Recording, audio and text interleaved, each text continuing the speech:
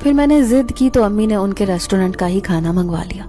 میں چاہتی تھی کہ وہ زیادہ سے زیادہ ترقی کریں اور خاندان میں جتنے بھی لوگ ہیں جو ان سے کبھی فری میں کھانا پکوایا کرتے تھے، آج وقت تھا کہ سب خاندان والے ان کا ساتھ دیتے۔ لیکن ان کے جتنی تیزی سے حالات بدلے تھے ایسا کسی کے ساتھ بھی نہیں ہوا تھا۔ اب امی اور چچی فریدہ دونوں ہی آپس میں بات چیت کرنے لگی تھی۔ میرے شوہر کا بھی ارادہ پاکستان میں شفٹ ہونے کا تھا۔ یوں ہم نے یہاں پر ایک گھر خریدا اور یہیں پر اپنی فیملی کے ساتھ شفٹ ہو گئے۔ میں بھی اپنوں سے دور رہ کر اپنی زندگی سے بیزار آ گئی تھی۔ نہیں چاہتی تھی کہ اب دوبارہ سعودی عرب میں جاؤں، کیونکہ پاکستان میں جس طرح سے آزادی ہے سعودیہ میں ایسی آزادی نہیں۔ لیکن ابھی 2-3 مہینے ہی گزرے تھے جب امی نے بتایا کہ چچی فریدہ کا ریسٹورنٹ بند ہو گیا ہے۔ یہ سن کر مجھے شدید صدمہ پہنچا۔ میں سوچ بھی نہیں سکتی تھی کہ ان کا اچھا خاصا چلتا کاروبار ٹھپ بھی ہو سکتا ہے۔ پھر وقت نکال کر میں ان کے گھر پہنچی۔ وہ بڑی پریشان لگ رہی تھی۔ ان کے شوہر بھی کچھ مایوس سے نظر آتے تھے، جبکہ بچوں کی بھی کچھ بری حالت تھی۔ میں کہنے لگی، چچی ایسا کیوں ہوا؟ آپ کا ریسٹورنٹ تو بہت اچھا چل رہا تھا۔ تو میری نظر چچا پر پڑی۔ وہ آنسوؤں سے رو رہے تھے۔ یہ دیکھ کر پریشانی کے مارے میری حالت بری ہو گئی۔ تو چچی فریدہ کہنے لگیں کہ نہ جانے ایک رات ایک آدمی آیا، اس کے ساتھ کافی سارے لوگ تھے۔ انہوں نے آ کر ریسٹورنٹ پر توڑ پھوڑ کی اور ہمیں دھمکی دی کہ اگر یہ ہوٹل بند نہیں کیا تو وہ ہم دونوں میاں بیوی کو جان سے مار ڈالیں گے۔ یہ سن کر میں نے اپنے منہ پر ہاتھ رکھ لیا۔ میں کہنے لگی، چچی وہ آدمی کون تھا اور ایسا کیسے کر سکتے ہیں؟ پھر وہ پریشانی سے روتے ہوئے کہنے لگیں کہ میں یہ تو نہیں جانتی، بس اس دن کے بعد سے میں نے ریسٹورنٹ بند کر دیا۔ اب مجھے یہ خوف کھایا جاتا ہے کہ کہیں وہ گھر تک نہ پہنچ جائے۔ نہیں ایسا کچھ نہیں ہوگا۔ میں مسلسل انہیں تسلیاں دے رہی تھی۔ پھر میں نے اکیلا پا کر چچی فریدہ سے کہا کہ آپ ان کی مدد کیوں نہیں لیتی؟ انہوں نے چونک کر مجھے دیکھا تو میں انہیں سمجھاتے ہوئے کہنے لگی کہ انہوں نے آپ سے کہا تھا کہ وہ ہر پریشانی میں آپ کے ساتھ کھڑے رہیں گے، تو ابھی وقت ہے، آپ ان سے بات کریں۔ کسی طرح سے ان تک پیغام پہنچے کہ آپ پریشان ہیں، وہی اس آدمی کا مقابلہ کر سکتے ہیں، اور کوئی نہیں ہے جو نہ جانے کیوں آپ سے دشمنی پر تلا ہوا ہے۔ اب چچی فریدہ کے چہرے پر گہری سوچ کی پرچھائی تھی۔ وہ کہنے لگی، لیکن مجھے ڈر لگتا ہے کہ کوئی اور اس راز کے بارے میں نہ جان لے، جو راز میں نے سب سے چھپا کے رکھا ہے۔ میں انہیں تسلی دیتے ہوئے کہنے لگی کہ ایسا کچھ نہیں ہوگا، بس آپ کسی طرح سے ان سے رابطہ کریں۔ پھر چچی سوچتے ہوئے کہنے لگی کہ مجھے وہ راستہ تو اچھی طرح سے یاد ہے جہاں پر میری ان سے ملاقات ہوتی تھی، لیکن یہ نہیں معلوم کہ ان کا قبیلہ کہاں آباد ہے یا وہ کہاں رہتے ہیں۔ نہ جانے وہ مجھے پہچانیں گے بھی یا نہیں، کیونکہ اس بات کو کئی سال بیت گئے ہیں۔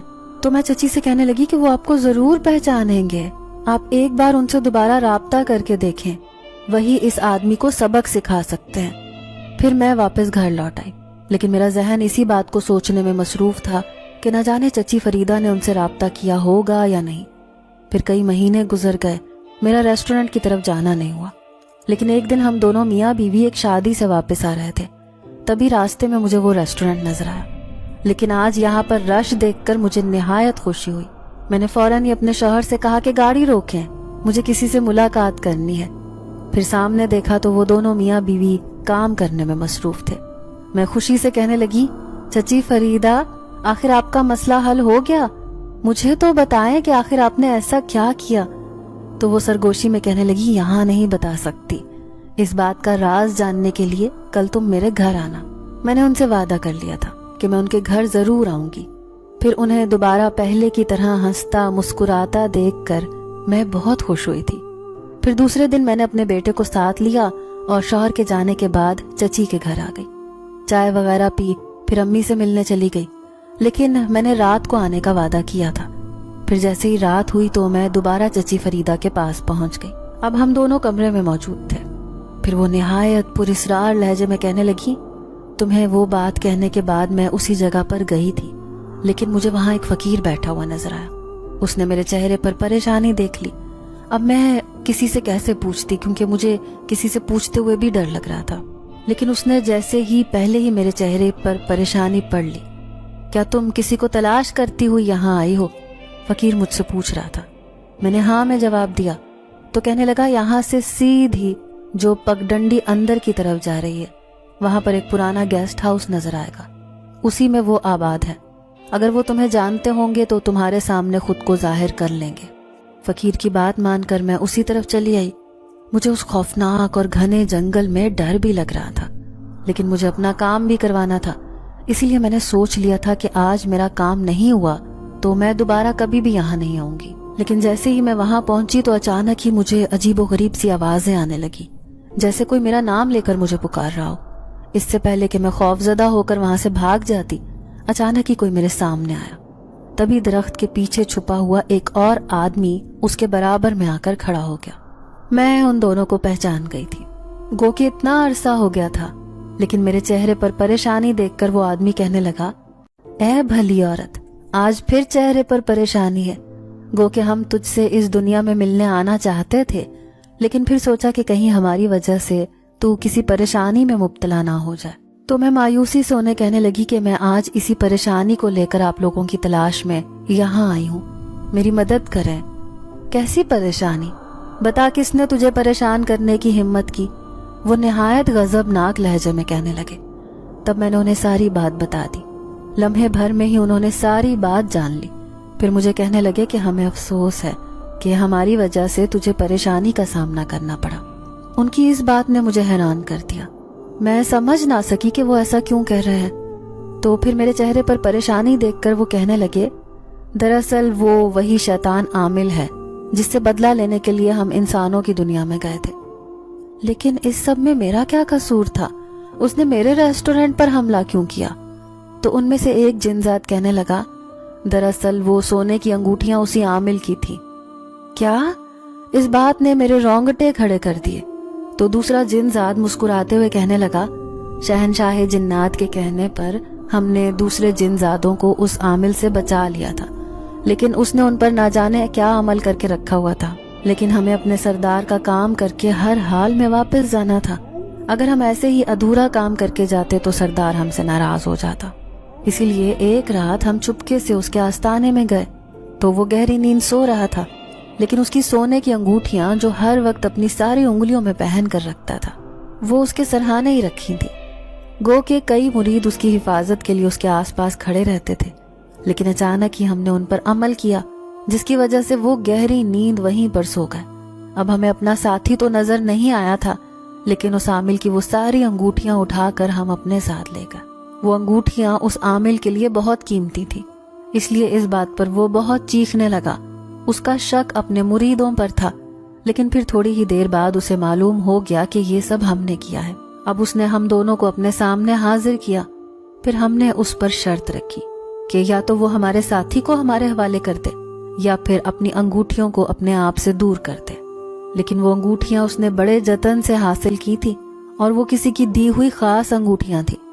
یوں اس نے ہمارے جنات کو آزاد کر دیا، لیکن ہمارے سردار نے خاص ہدایت دی تھی کہ جب تک یہ انگوٹھیاں اس کے پاس رہیں گی یہ ایسے ہی جن زادوں کو اپنے پاس موکل بنا کے رکھے گا.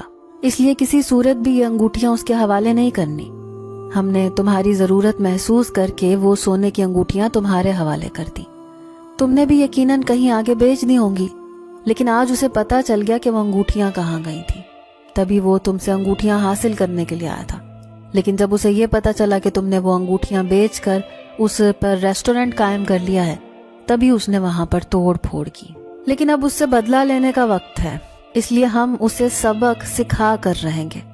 ان کی بات سن کر میں گھبرا گئی. پھر ان سے کہنے لگی کہ اسے نقصان پہنچانے کی ضرورت نہیں ہے، کیونکہ میں ایک سیدھی سادی عورت ہوں، کسی کا برا نہیں چاہتی. جنزاد یہ سن کر مسکرائے تھے. پھر کہنے لگے، ہاں ہم جانتے ہیں کہ تم ایک اچھی عورت ہو، تم کسی کے ساتھ کبھی کوئی برا سلوک نہیں کر سکتی. لیکن وہ عامل دوبارہ کوئی برا کام نہ کرے، اس لیے ہم اسے اس قدر ڈرائیں گے کہ وہ خود تم سے معافی مانگنے آئے گا. اب میں پریشان چہرہ لیے گھر لوٹ آئی. ایک بار پھر خاندان میں باتیں ہونے لگی کہ آخر اس نے ایسا کیا کیا ہے کہ اس کا سب کچھ برباد ہو گیا. لیکن پھر 2-3 دن بعد اچانک آدھی رات کو دروازے پر دستک ہوئی. میں نے دیکھا وہ نقاب پوش عامل تھا جو مجھ سے کہنے لگا، بی بی تم اپنا ریسٹورنٹ کھول لو دوبارہ، میں کبھی ایسی غلطی دوبارہ نہیں کروں گا. میں سمجھ گئی کہ ان جنات نے اس کے ساتھ کچھ ایسا کیا ہے جس کی وجہ سے یہ الٹے قدموں مجھ سے معافی مانگنے آیا ہے. اب دوسرے ہی دن میں نے اپنے ریسٹورنٹ کا آغاز کر دیا.